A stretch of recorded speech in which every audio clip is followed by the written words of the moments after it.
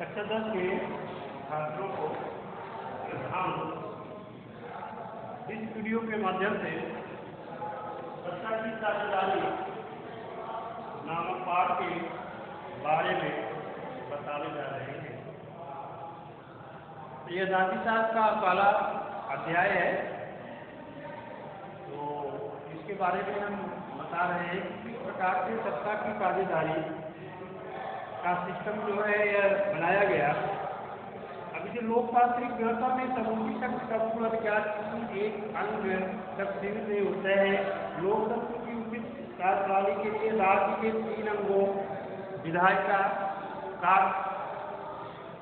कार्यपालिका और न्यायपालिका में निहित होती है। यानी जो सत्ता की जो साझेदारी होती है उसमें जो सिस्टम बनाए गए हैं लोकतांत्रिक शासन व्यवस्था में, उसमें व्यवस्था क्या है, कार्यपालिका और न्यायपालिका। सत्ता की साझेदारी का विचार अविभाजित राजनीतिक शक्ति का जो के समय प्रकट हुआ था। आरंभ के 3 अध्याय आदि की सत्ता का जो विभाजन है वो किस प्रकार से किया गया है, तो उसमें कई 2 देशों के एग्जाम्पल दिए हुए, उदाहरण दिए हुए हैं। उसमें एक यूरोपीय देश बेल्जियम है और दूसरा एशियाई देश श्रीलंका है। तो पहले हम यूरोपीय देश बेल्जियम के बारे में आपको बताने जा रहे हैं कि बेल्जियम पश्चिमी यूरोप का एक छोटा सा देश है। वह क्षेत्रफल और जनसंख्या के आधार पर हमारे हरियाणा राज्य से भी छोटा है और इसकी सीमाएं फ्रांस, नीदरलैंड, जर्मनी और लक्जमबर्ग से मिलती है। बेल्जियम का जाति बनावट बहुत ही जटिल है। बेल्जियम की कुल जनसंख्या का 59%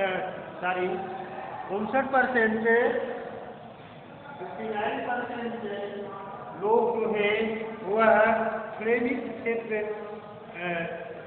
में रहता है और 40% व्यक्ति बेलोनिया में रहते हैं। इसमें 1950 और 60 के दशक में फ्रेंच और डच बोलने वाले समूहों के बीच तनाव बढ़ने लगा। यानी वहाँ से 2 भाषाओं को भाषाई लोगों के बीच जो है तनाव बढ़ने लगे और तनाव के कारण जो है डच बोलने वाले लोग संख्या के हिसाब से अधिक थे, लेकिन धन और समृद्धि के मामले में वे कमजोर और अल्पमत थे। यहाँ के निवासी अपनी बोल चाल में डच भाषा का उपयोग करते हैं तथा फ्रेंच भाषा को बोलते, सुनते, पढ़ते, लिखते हैं। शेष 1% व्यक्ति समान रूप से जर्मन भाषा बोलते हैं। माने यहाँ पे मुख्य रूप से जो बोलने वाले हैं वह फ्रेंच और डच भाषा के लोग हैं। बेल्जियम की राजधानी ब्रुसेल्स में 80% लोग फ्रेंच भाषा बोलते हैं तथा 20% लोग डच भाषा का उपयोग करते हैं। फ्रेंच भाषी व्यक्ति जो कि यहाँ पे अल्पसंख्यक कहे जाते हैं, बहुसंख्यक लोगों के तुलनात्मक रूप से अधिक समृद्ध, संपन्न एवं शक्तिशाली है। बहुत बाद में जाकर आर्थिक विकास तथा शिक्षा की सुविधाओं के कारण डच लोग भी अब धीरे धीरे उनकी स्थिति में परिवर्तन आ रहा है, जिसके कारण उनके अंदर ईर्ष्या की भावनाएं तेजी से बढ़ने लगी। अब हम तुलनात्मक अध्ययन करते हैं, माने एक बेल्जियम की और दूसरा श्रीलंका की तुलनात्मक अध्ययन करते हैं। तो श्रीलंका एक द्वीपीय देश है। यह हिंद महासागर में स्थित एक द्वीपीय देश है जो चारों तरफ जल से घिरा हुआ है, जो भारत के तमिलनाडु राज्य के दक्षिणी तट से कुछ ही किलोमीटर की दूरी पर स्थित है। इस देश की जनसंख्या भारत के हरियाणा प्रदेश की जनसंख्या के समान है। माने बेल्जियम की जनसंख्या हरियाणा से कम है और श्रीलंका की जनसंख्या हरियाणा के बराबर है। तो देखा गया कि दक्षिण एशियाई देशों में श्रीलंका के निवासी कई जाति और समूह में विभाजित है। यानी वहाँ के जो रहने वाले लोग हैं वह कई जातियों और समूह में विभक्त है। सबसे प्रमुख जो है यहाँ पे जो है प्रमुख जो सिंगली है, जिनकी आबादी कुल जनसंख्या की 74% है, और दूसरे स्थान पे तमिल आते हैं, जिनकी आबादी कुल 15.4% है। तमिलों के दो समूह हैं, एक श्रीलंकाई मूल के समूह तमिल है और दूसरे हैं भारतीय मूल के तमिल, जो औपनिवेशिक शासन काल में बागानों में काम करने के लिए वहां श्रीलंका में गए थे। वर्तमान श्रीलंका के मानचित्र के अवलोकन करने पर हमें ज्ञात होता है कि तमिल मुख्यतः उत्तरी और पूर्वी भागों से अधिक रहते हैं। अधिकांश तमिली भाषी लोग बौद्ध धर्म को मानते हैं, और श्रीलंका के निवासी जो तमिल भाषा को बोलने वाले जानते हैं, वे हिंदू तथा मुसलमान दोनों ही धर्मों को मानते हैं। श्रीलंका की जनसंख्या का 7% भाग दोनों भाषाओं सिंगली और तमिल की भांति जानते और समझते हैं। ईसाई और मतावलंबी हैं। 60% भाषा दोनों भाषाओं सिंगली और तमिल की भांति जानते और समझते हैं, वे ईसाई मतावलंबी हैं। माने कुछ लोग ऐसे हैं कि जो दोनों भाषाओं को जानते हैं, उसमें तमिल भाषा है और सिंगली भाषा। तो इन तमिल और सिंगली भाषा को जानने वाले लोग जो है ईसाई धर्म को मानते हैं। ठीक इसी प्रकार हम श्रीलंका के सिंगली भाषी बहुसंख्यक जन समुदाय अल्पसंख्यकों तमिल भाषी पर अपना व्यक्तिगत स्वार्थ निहित कर अपनी भावनाएं आरोपित कर देते हैं। अब जिज्ञासा का विषय दोनों देशों की समस्या का समाधान की क्या खोज है। माने वहाँ पे एक जो समस्या है, उस समस्या से निपटने के लिए क्या उपाय किए जा सकते हैं। अब इसमें देखिए, इसमें है कि बेल्जियम कैसा देश है, श्रीलंका के वर्ग संघर्ष के क्या कारण है। अब इसमें बहुसंख्यकवाद क्या है, श्रीलंका में बहुसंख्यकवाद। तो बहुसंख्यकवाद से तात्पर्य है कि किसी समुदाय की संख्या बहुसंख्यक मान समुदाय की अधिक संख्या जो है वह बहुसंख्यक कहलाती है।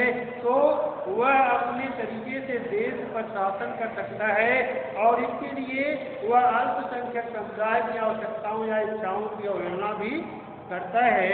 1948 में श्रीलंका स्वतंत्र राष्ट्र घोषित हुआ, तब सिंगली समुदायों के नेताओं ने श्रीलंका के सरकार पर अपने बहुमत के वर्चस्व स्थापित करना चाहा, जिसके परिणामस्वरूप उसमें वर्ग के हितों को ध्यान में रखते हुए निर्णय लिए, और सन 1956 ईस्वी में एक कानून पारित किया गया, जिसके अंतर्गत तमिल भाषा की उपेक्षा करके श्रीलंका के सिंगली भाषा को राजभाषा घोषित कर दिया गया।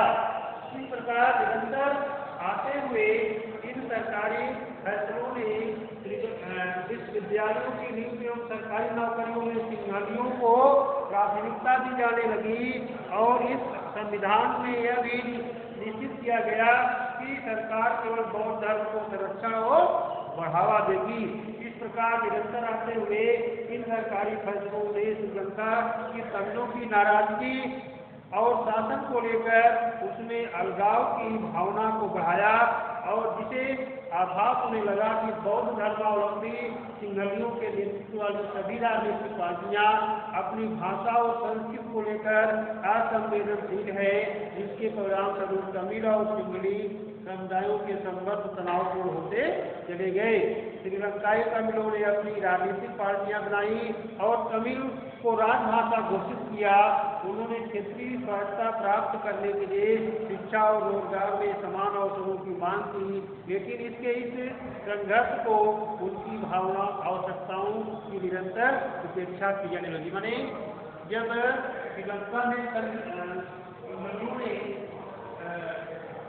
उनकी संख्या ज़्यादा थी, तो अपने वर्चस्व को कायम करने के लिए उन्होंने क्या किया कि संविधान का जब निर्माण हुआ तो उसमें सिंहली भाषा को राजभाषा घोषित किया और यह कानून बना दिया कि जो उच्च पद है या सरकारी नौकरी में केवल सिंहली को ही प्रेफरेंस दिया जाएगा, उनकी भर्ती की जाएगी, तमिलों की भर्ती नहीं की जाएगी।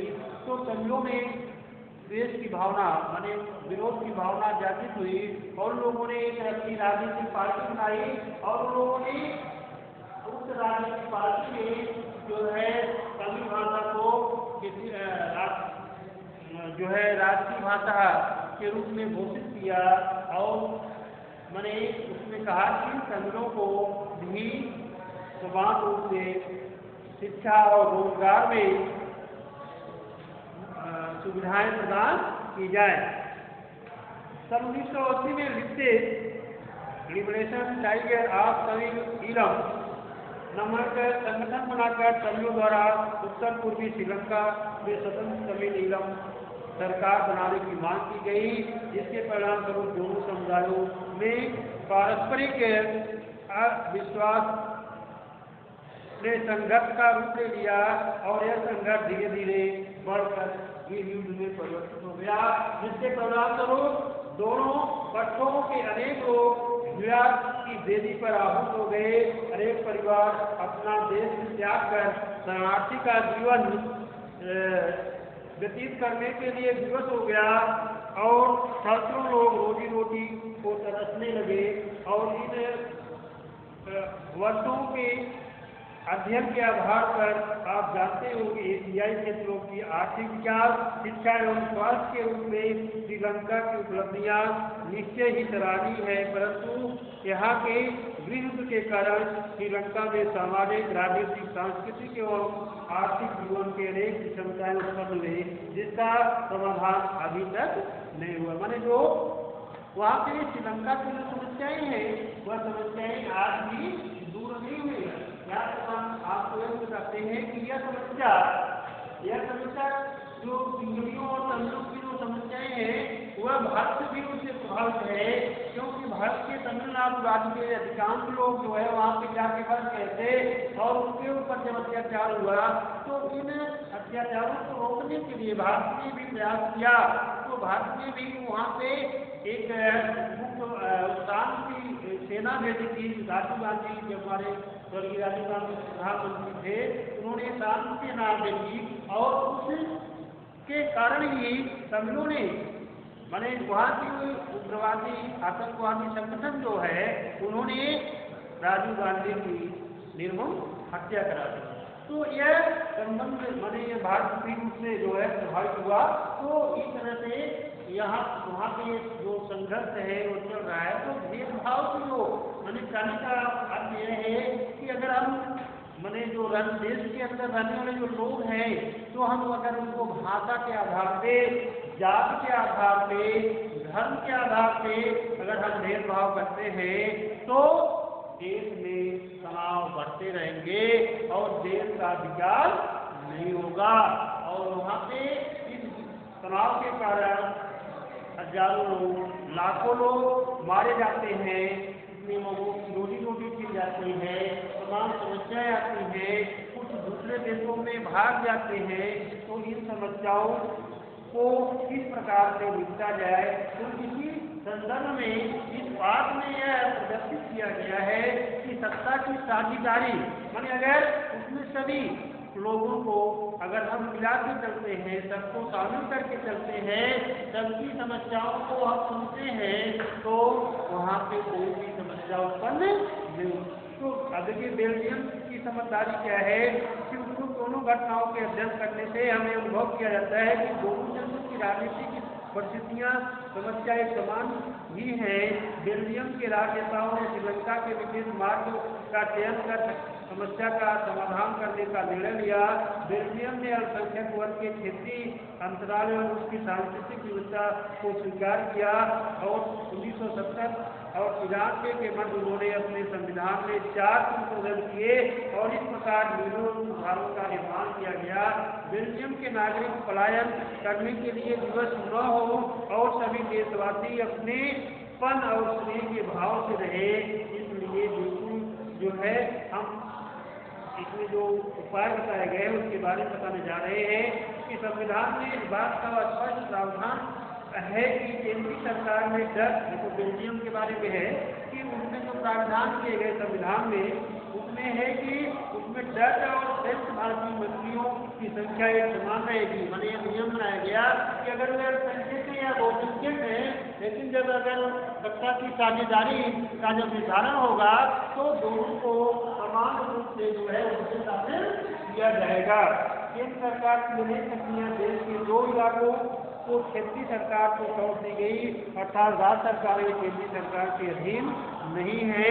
ब्रुसेल्स में अलग सरकार है और उनके दोनों समुदायों के समान प्रतिनिधित्व है। फ्रेंच भाषी लोगों को ब्रुसेल्स के समान प्रतिनिधित्व में इस प्रस्ताव को स्वीकार किया गया क्योंकि डच भाषी लोगों ने केंद्रीय सरकार में बराबरी का प्रतिनिधित्व स्वीकार किया।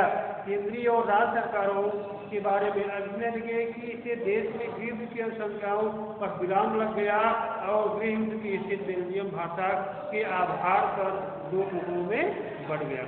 माने इससे क्या हुआ कि गृह की आशंकाओं पर विराम तो लग गया था, गृह की स्थिति में बेल्जियम भाषा के आधार पर 2 टुकड़ों में बढ़ गया और